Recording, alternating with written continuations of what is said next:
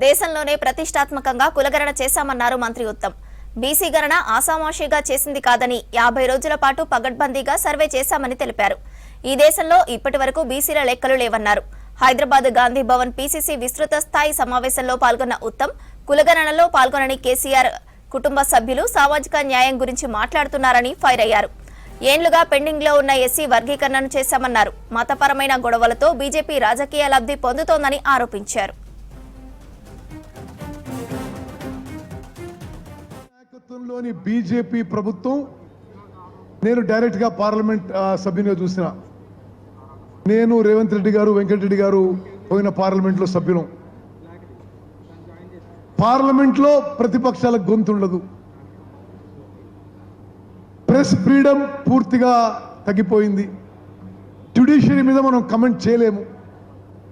పూర్తిగా భారతదేశంలో మతపరమైన విభజన సృష్టించి రాజకీయ లబ్ధి పొందాలని, అదేవిధంగా అన్ని రకాలుగా స్వాతంత్రాన్ని ప్రజాస్వామ్యాన్ని అణచివేసే ఈ ధోరణిలో ఈ సమయంలో కాంగ్రెస్ పార్టీ జై బాపు జై భీమ్ జై సంవిధాన్ అనే స్లోగన్ తీసుకోవడం ఇది చాలా సందర్భోచితంగా మనం చేస్తున్నాం. ఈ టైంలో ఎస్పెషలీ దేశంలో డెమోక్రసీ క్రష్ చేసే ఈ టైంలో ఈ స్లోగన్తో ముందుకు పోవడం మనందరికీ, మనకి, మన కుటుంబాలకి, మన పిల్లలకి, వాళ్ళ పిల్లలకు కూడా అవసరం చెప్పి మనం చేస్తున్నాం. సామాజిక న్యాయం కోసం స్వతంత్ర భారతదేశంలో ఎక్కడా జరగని విధంగా నిజంగా సామాజిక న్యాయం కోసం మనం ఈ ప్రభుత్వం, మన కాంగ్రెస్ ప్రభుత్వం ముందుకు పోయిన విషయం కూడా నేను మీ అందరికీ మనవి చేస్తున్నా. ఒకటి, ఎస్సీ కేటగరైజేషన్.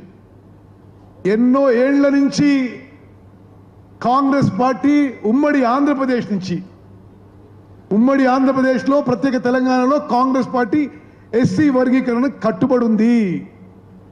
సుప్రీంకోర్టు తీర్పుకి అనుగుణంగా ముఖ్యమంత్రి గారు అపాయింట్ చేసిన సబ్ కమిటీ చైర్మన్గా మేము పకడ్బందీగా చట్టపరంగా సుప్రీంకోర్టు ఆదేశాల మేరకు ముందుకు పోయి ఈరోజు తెలంగాణలో మరి ఎస్సీ వర్గీకరణ ముందుకు తీసుకుపోయిన విషయం కూడా మీ అందరికీ ఒకసారి నేను మనవి చేస్తున్నా.